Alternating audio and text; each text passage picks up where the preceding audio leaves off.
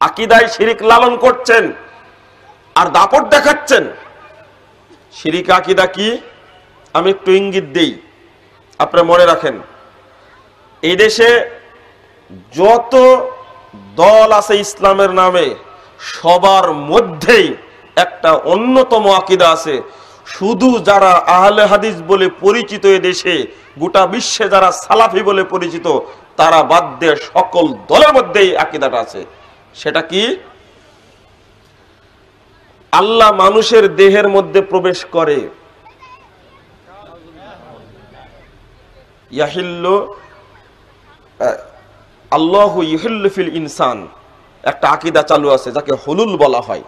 আর আরেকটা যখন এই স্তর যখন পার হয়, তখন মানুষ সরাসরি আল্লাহর মধ্যে প্রবেশ করে, যার মধ্যে কি ফানা ফিল্লাহ, এই কথাটা বলে। আপনি বলছেন কেন এই আকীদা তো অনেকে রাখে না। রাখে না, এই আকীদা রাখে না মানে আমি বললাম, বলুন তো দেখি, সুফিবাদকে আপনি বিশ্বাস করেন? খুব বড় একজন নেতা, তখন উনি বলছেন ইসলামে আন্দোলন করতে করতে দাড়ি পেকে গেছে, তখন বলছে হ্যাঁ অবশ্যই সুফিবাদে বিশ্বাস করে তো মুসলমানই না। এবার হলো, এটাই হলো সুফিবাদের 1 নম্বর আকীদা। এর প্রতিষ্ঠাতা হলো বায়েজিদ বুস্তামি, 261 হিজরিতে মারা গেছেন। প্রথমেই তিনি চালু করেছেন এই সমস্ত। একটা বই আছে নকশবন্দিয়া, এই বইয়ের 61 এবং 62 পৃষ্ঠা খুলুন, তথ্য উল্লেখ করেছেন। বায়েজিদ বুস্তামি বলছেন তলাবতুল্লাহ সিত্তিনা সানা, আমি আল্লাহকে খুঁজছি 60 বছর যাবত, অতঃপর ফাইদা হুয়া আনা, এখন দেখছি আমি নিজেই আল্লাহ। ও জিকির করতে করতে করতে করতে নিজেই কি হয়ে গেছে? আল্লাহ হয়ে গেছে। এই আকীদার বহির্প্রকাশ করেছেন মানসুর হাল্লাজ, তৎকালীন খলিফা তাকে এই আকীদার কারণে ফাঁসিতে ঝুলিয়েছে। কোথায় আব্দ আর কোথায় মাবুদ, দুইটাকে এক করে দিয়েছে। এরা বুঝতে পারেনি আল্লাহ কোথায়। আরশে আযমের উপরে সমন্বিত আল্লাহ রাব্বুল আলামিন কত দূর, এক আসমান থেকে আরেক আসমান কত দূর, 7ম আসমান পার হওয়ার পরে অতঃপর আরশ হলো মাখলুকাতের মধ্যে সবচেয়ে বড় সৃষ্টি, তার উপরে আল্লাহ সমন্বিত। আর নিমুখ হারাম আদম সন্তান আল্লাহ, আব্দ এবং মাবুদ আল্লাহ এবং বান্দাকে এক করে দিয়েছে। নাউজুবিল্লাহ, হতেই পারে না। এক দ্বিতীয় কথা শুনুন, মানসুর হাল্লাজ বলছেন নাহনু রুহানে, আল্লাহ এবং আমি দুইটা রূহ, হালাল্লা বাদানান, এখন আমরা এক দেহের মধ্যে শামিল হয়ে গেছি। আল্লাহর কসম করে বলছি, আশেক মাসুক বা ইশকে ইলাহি বইয়ের মধ্যে চরমুনায়ের পীর সাহেব 41 এবং 42 পৃষ্ঠায় লিখে রেখেছেন। আমি ভ্রান্তির বেড়া জালে একামতের দিনের মধ্যে তার বই থেকে নকল করেছি কথা। মানসুর হাল্লাজের ওই কথাটাই তিনি উল্লেখ করছেন। ভক্তরা জানেন না, আপনারা একজন থাকলেও আমার এই বক্তব্য নেটে যাবে, গোটা পৃথিবীতে যাবে। সবার প্রতি আবেদন জানাবো আপনাকে, আপনি কথাটা শুনুন স্পষ্ট করে। এই আকীদা যদি মানুষের মধ্যে থাকে, তাহলে এই ব্যক্তি কিভাবে দাবি করতে পারে যে আমার মধ্যে সঠিক আকীদা রয়েছে? প্রশ্নই আসে না।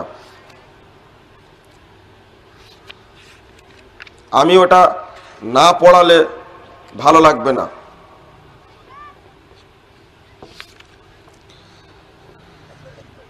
লিখছেন, ওগো আমার মাসুক মাওলা, আমি আপন কুদরতি নজরে আমার দিকে চাহিয়া দেখুন, আমি এখন আমি নাই, আমি আপনি হইয়াছি, আর আপনি আমি হইয়াছেন। আমি হইয়াছি তন, আপনি হইয়াছেন জান, আমি শরীর, আপনি প্রাণ। এরপর আর কেহ বলিতে পারে না যে আমি একজন, আপনি আর একজন, বরং আমি ও আপনি এক হইয়া গিয়াছি।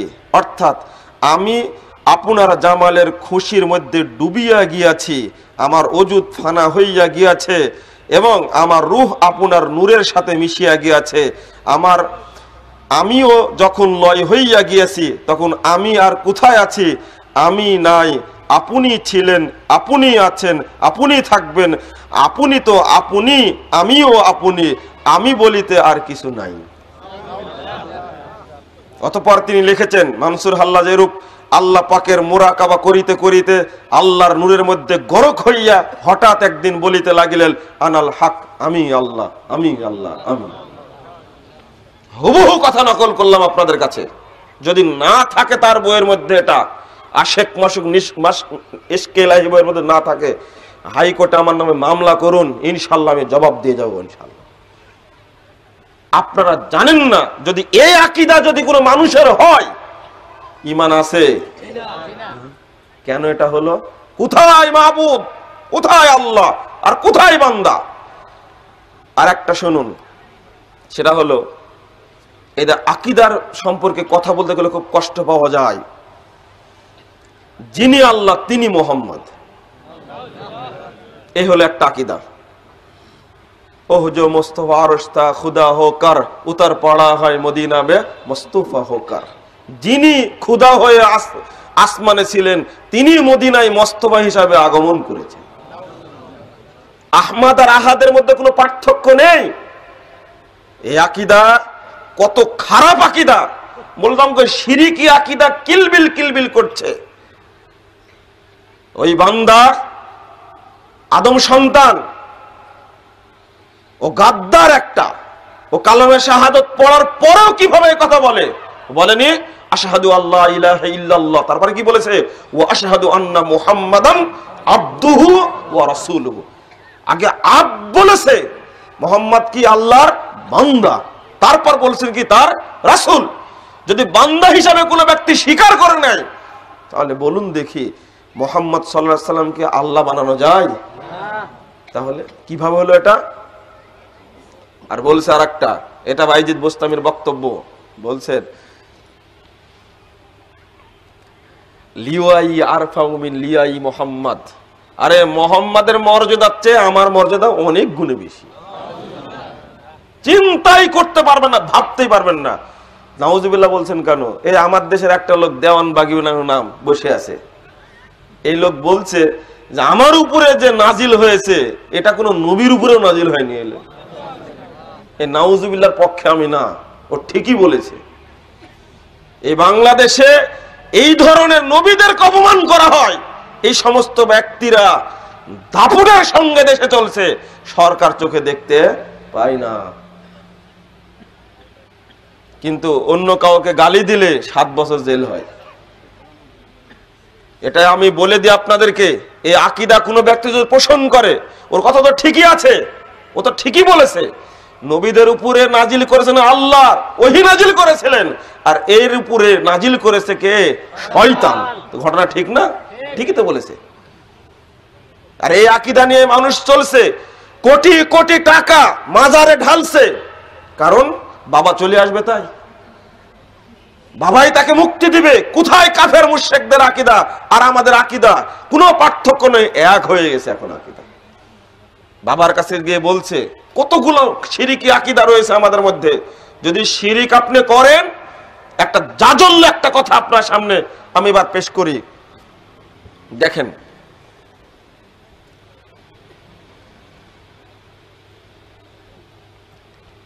সেটা হলো আমাদের মধ্যে একটা আকীদা চালু আছে, অলিরা, পীররা, বুজুর্গরা কবরে জীবিত থাকে এবং ভক্তরা মনে করে যে আমাদের কথাগুলো শুনেন আর আমাদের ইবাদতগুলো আল্লাহর কাছে পৌঁছে দেন। এই জন্য ইসালে সুয়াবের অনুষ্ঠান করা হয়, কোরআন বক্সানোর অনুষ্ঠান করা হয়, হয় না? দিব্যি চলছে কোরআন বক্সানোর অনুষ্ঠান। কোথায় পেলেন ইসালে সুয়াবের অনুষ্ঠান? এটাই বলেছিল যখন তাদেরকে বলা হলো তোমরা এই সমস্ত ব্যক্তির কাছে যাও কেন, সূরা জুমার 3 নম্বর আয়াত।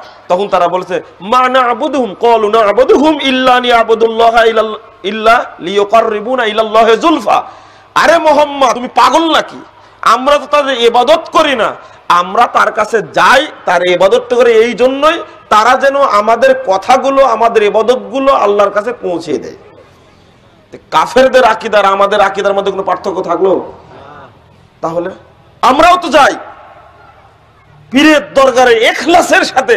মসজিদের ওই নিমুখারাম দোয়া করছে, চোখ দিয়ে পানি পড়ে না, কিন্তু মাজারের দরগায় গিয়ে হাত তুলে দোয়া করতে কাঁদতে কাঁদতে কাঁদতে ওর দাড়ি শরীর পর্যন্ত ভিজে যাচ্ছে। তাহলে ইখলাসে যা শিরিক করছে, হিসাব করে না। অথচ হাদিসটা শুনুন, সহিহ বুখারীর 1010 নম্বর হাদিস, মূল বুখারী খুলুন 137 পৃষ্ঠা হাদিসটা আসছে। আল্লাহর নবীর মৃত্যুর পরে, আবু বকর রাদিয়াল্লাহু আনহুর মৃত্যুর পরের ঘটনা। যখন দুর্ভিক্ষ হতো, পানি যখন হতো না, ওয়াইদা কুহিতু, যখন তারা দুর্ভিক্ষের মধ্যে পড়ে যেত, তখন সাহাবীরা বলতেন, উমর রাদিয়াল্লাহু আনহু বর্ণিত হাদিসটা, আল্লাহুম্মা ইন্না কুন্না নাতাওয়াসসালু বিনাবিয়িকা, হে আল্লাহ, আমরা আপনার কাছে পানি চেতাম আপনার নবীর মাধ্যমে। ওয়া ইন্না নাতাওয়াসসালু বিআম্মি নাবিয়িকা, এখন আমরা আপনার নবীর চাচার মাধ্যমে পানি চাচ্ছি, আমাদেরকে পানি দান করুন। হাদিসের শেষের শব্দ আছে ফাইস কওডা, তাদেরকে পানি দান করা হতো। এটা সহিহ বুখারীর হাদিস। হাদিসটা কেন বললাম? মৃত কোন ব্যক্তির কাছে চাওয়া যায় না, চাওয়াটা হলো শিরক। যদি কোনো ব্যক্তি মাপ চায়, কোন মৃত পীরের কাছে গিয়ে, কোন মৃত ব্যক্তির কাছে গিয়ে যদি ক্ষমা চায় কোনো ব্যক্তি, তার নামে যদি কোনো ব্যক্তি দান করে, এটা হলো শিরকে আকবার, ও ইসলাম থেকে খারিজ হয়ে যাবে। কারণ এখানে দেখুন, যে মদিনায় নবী মুহাম্মদ সাল্লাল্লাহু আলাইহি ওয়াসাল্লাম শুয়ে আছেন, ওই মদিনায় সাহাবা কেরাম কবরের কাছে না গিয়ে রাসূলের জীবিত চাচা আব্বাসের কাছে গিয়ে বললেন, আমাদের জন্য আপনি দোয়া করুন। ব্যক্তির মর্যাদা নয়, জীবিত ব্যক্তি। এখানে বলা যাবে না যে রাসূলের চাচার মর্যাদা আছে বলে তাই তিনি পরহেজগার মানুষ, বুজুর্গ মানুষ, তার কাছে যেতে হবে। মৃত না, জীবিত ব্যক্তির কাছে। যদি পৃথিবীর ইতিহাসের শ্রেষ্ঠ মানুষ মুহাম্মদ সাল্লাল্লাহু আলাইহি সাল্লাম কবর থেকে তার প্রিয় সাথী সাহাবীদের উপকার যদি না করতে পারেন, সাহাবীরা যদি তার কাছে না যায়, পৃথিবী তার কোন পণ্ডিত রয়েছে তার কবরের কাছে গিয়ে চাওয়া যায়? আর যারা যায় তাদের মাথা কি ঠিক আছে? সাহাবীরা গেলে প্রথম রাসূলের কবরের কাছে যেতেন। ফাজাইলে আমল তাবলিগ জামাতের ভাইদের বইয়ের মধ্যে যতগুলো ঘটনা উল্লেখ করা আছে সবগুলো শিরকি ঘটনা, অধিকাংশই, সবগুলো বলতে অধিকাংশই শিরকি ঘটনা। শুনুন, আমল করবেন। আর একটা জিনিস শুনুন, শিরকি আকীদা মানে এই ফাজাইলে আমলই অধিকাংশ মানুষের হজকে নষ্ট করে দিচ্ছে।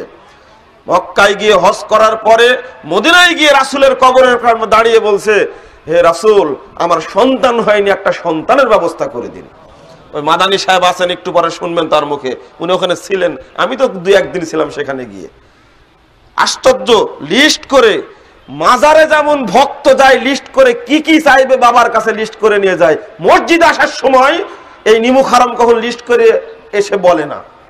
ঠিক অনুরূপ ভাবে কোন জিনিস চাওয়ার সময় কোন দরুদ পড়বে, এই দরুদ লিখে গিয়ে রাসূলের কাছে বলছে, আল্লাহ রাসূল, আমার ছেলে চাকরি হচ্ছে না, একটা চাকরির ব্যবস্থা করুন, আল্লাহকে একটু বলুন। আপনি শুনতে পান?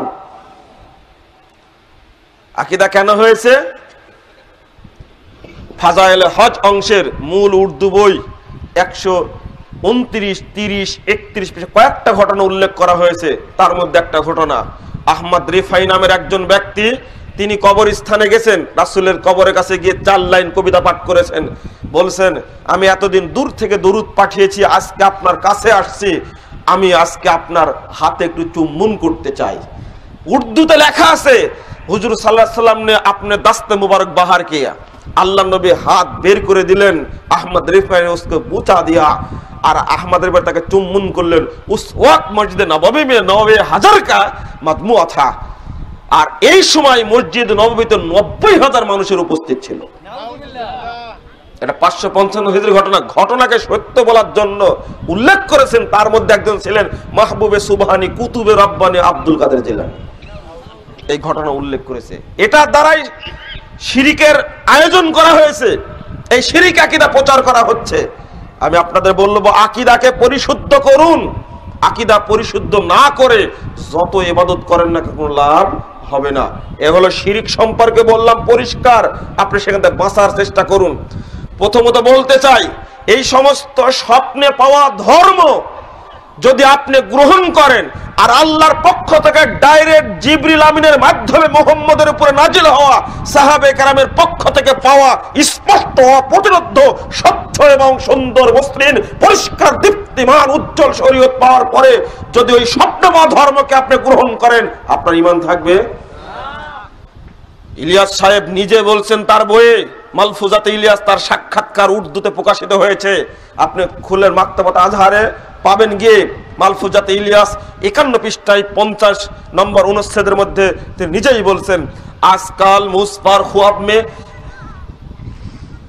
উলুমে সুইয়া কা ইলকা হতা হয়, আজকাল আমার উপরে স্বপ্নে সহি ইলম নাজিল হচ্ছে। ভাই কৌশস কারক মুঝে নীंद ज्यादा आए, এই জন্য আমি চেষ্টা করছি ঘুম যেন বেশি বেশি আসে। ডাক্তার আর হাকিম সাহেব के मशवरा से मैं मेरे सिर पर तेल मालिश कराया ताकि नींद में ज्यादा तारक्का आ गई। বলছে নিজেই, যখন কবিরাজ আর ডাক্তার পরামর্শে মাথায় তেল মালিশ করালাম তখন ঘুমের মধ্যে ডুবে গেলাম। এরপরে তিনি বলছেন, इस तबलीग का तरीका भी मुझ पर ख्वाब में मुनकाशिफ हुआ है, এই তাবলীগের তরিকাও আমার উপরে স্বপ্নে নাজিল হয়েছে। দেখেন, যদি বইয়ের মধ্যে না থাকেন মামলা করেন আমার নামে, আপনি নিজেই দেখতে পারবেন। কখনো আলেমের উদ্ধৃতি দিবেন না, অত সহজ নয়। হাদিস শুনিয়ে দিই, সহিহ বুখারীর 2য় খণ্ডের 1050 পৃষ্ঠা একটা হাদিস বর্ণিত হয়েছে।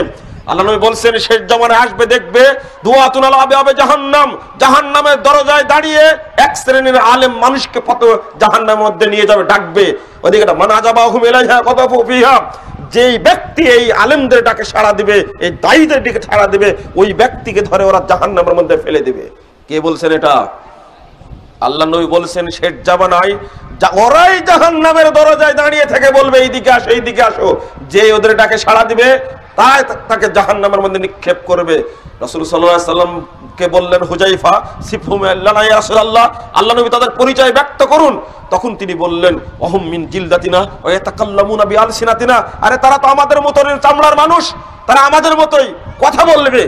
তবে সহিহ মুসলিমে আসছে 77 পৃষ্ঠায়, 76 পৃষ্ঠায় আসছে 2য় খণ্ডে, কুলুবুহুম কুলুবুশ শায়াতিন ফি জুসমান ইনস, তবে তার পরিচয় হলো মানুষরূপী দেহের মধ্যে শয়তান, অন্তরটা হলো শয়তানের অন্তর। আমি বলছিলাম এই জায়গায় আলেমদের দ্বারা প্রতারিত হওয়া যাবে না। কোরআন এবং সুন্নাহ ভিত্তিক যিনি কথা বলেন তার কথা শুনতে হবে। যে কথা ভুয়া, যে বইয়ে কোনো রেফারেন্স নেই, ওই বই পড়া যাবে না। বেহেশতি যে ওর নিয়ামুল কোরআন, মুকসুদুল মুমিনিন এবং ফাজাইল আমুল, মানুষকে এই সমস্ত বইগুলো পড়ানোর মাধ্যমে তাদেরকে বেদলিল কথা দ্বারা মানুষকে সব নিয়ে যাচ্ছে শিরক এবং বেদাতের দিকে। এই সমস্ত বই স্পর্শও করা যাবে না। আপনাদের সচেতন থাকতে হবে, না হলে শিরক বেদাতে দেশ ভর্তি হয়ে যাবে। এখনই সচেতন হতে হবে, কোনো উপায় নেই। কেন এটা আপনি বুঝতে পারছেন? এইগুলোর মধ্যে শিরক ছড়াচ্ছে, আপনি কেন গ্রহণ করছেন? দ্বিতীয় কথা আমি যেটা বলছিলাম, কবরে যিনি মারা গেছেন তার কাছ থেকে কোনো জিনিস আশা করা যাবে না, তিনি শুনতে পান না।